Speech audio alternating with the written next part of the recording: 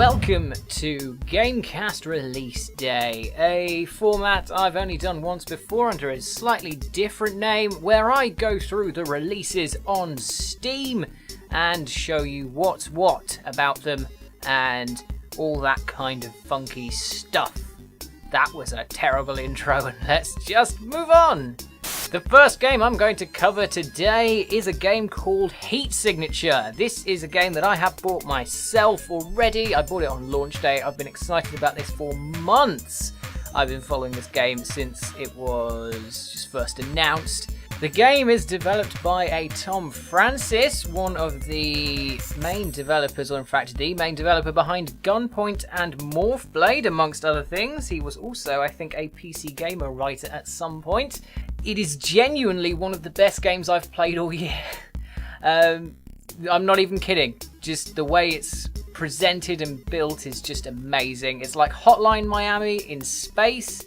All of the ships that you will go to and infiltrate are randomly generated, as is the galaxy that you are playing in, so everybody's galaxy will be different. You play one of a number of heroes. I say one of, you'll play a lot of them because a lot of them will die over the course of your playthrough, and you will just keep going through them. It's a permadeath, so once a character is dead in that universe, then they are dead unless you restart the game entirely fresh.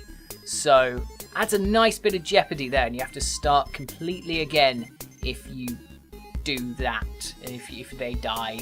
So it's quite different and fun, and I really love the mechanics and everything about it. It's just a beautiful game. And I'm going to move on, because otherwise I could just gush about this game all night. I am going to stream it, however, on Monday, so look out for that.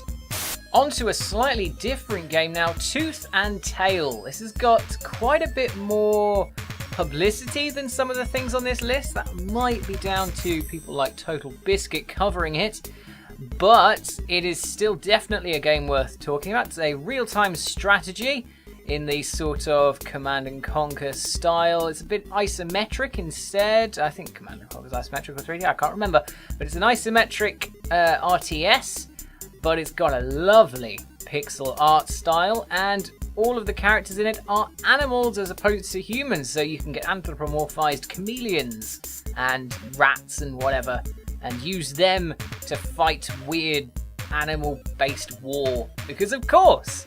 And it can also be done in split screen, local multiplayer as well as online, because why the fuck not? Looks genuinely interesting. It's definitely worth a look and maybe a try at £15. On to the only sequel on this list is SteamWorld Dig 2.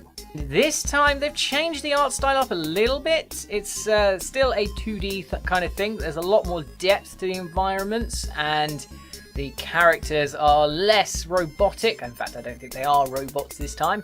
So slightly different to Dig and Heist. Well, SteamWorld Heist is definitely worth playing. But this is very similar. It looks like they've just sort of tweaked bits of mechanics, the things that you could say were wrong with it, and just sort of made it that little bit better and just good. It looks really nice. Looks like a very fun game. It's got very positive reviews and definitely worth your time to check out. Also £15. And I will go, what was Heat Signature? Heat Signature is normally £11, but currently $9.89, and that deal will end on September the 28th. If, like me, you were a fan of sort of flash games in the 90s, then, or not the 90s, the 2000s kind of thing, so if you're in a school IT lesson or something similar, you'd get a load of flash games on a USB stick and play those when you got bored. If that brought back memories for a lot of you, then you might like this next game, Super Fancy Pants Adventure, because this was indeed one of those kinds of here's a USB stick full of flash games game, and now there's like a full sort of proper release of one instead. It does look very similar to the original in terms of its style and presentation, but it's a little more zhuzhed up, a little bit more detail on everything and better environments. But yeah, it looks like a very sort of fun little platformery style thing. And yeah, it's really just brought some nostalgia of IT lessons back to me, because those were some good times playing Flash games with some friends. If you want to check it out, it's on Steam. Right now, it's got a 10% off promotion, ends on the 27th, and it is currently $6.29, but will be $6.99 when that promotion ends. And finally, the only early access game I will be covering at the moment, and I'm going to try and not do early access games too often unless they look very interesting, which this does, but just sort of even it out a little bit. I want to do full releases more than anything, so I want to advertise complete products as opposed to things that might change. I am making an exception here now because I love Kerbal Space Program, and this looks very Kerbal-esque in a good way, but it's doing its own thing at the same time. The game is called Rover Builder. You can get it on Steam Early Access now for $6.99, and it basically plays like Kerbal Space Program, but instead of building space shuttles and all that kind of stuff, you're building rovers to get you around levels. So it's a little bit like a sort of Kerbal Space Program or Besiege style thing. Love that kind of game. They really are my kind of thing, and this just looks like a very good example of one. And everything looks just everything looks beefy.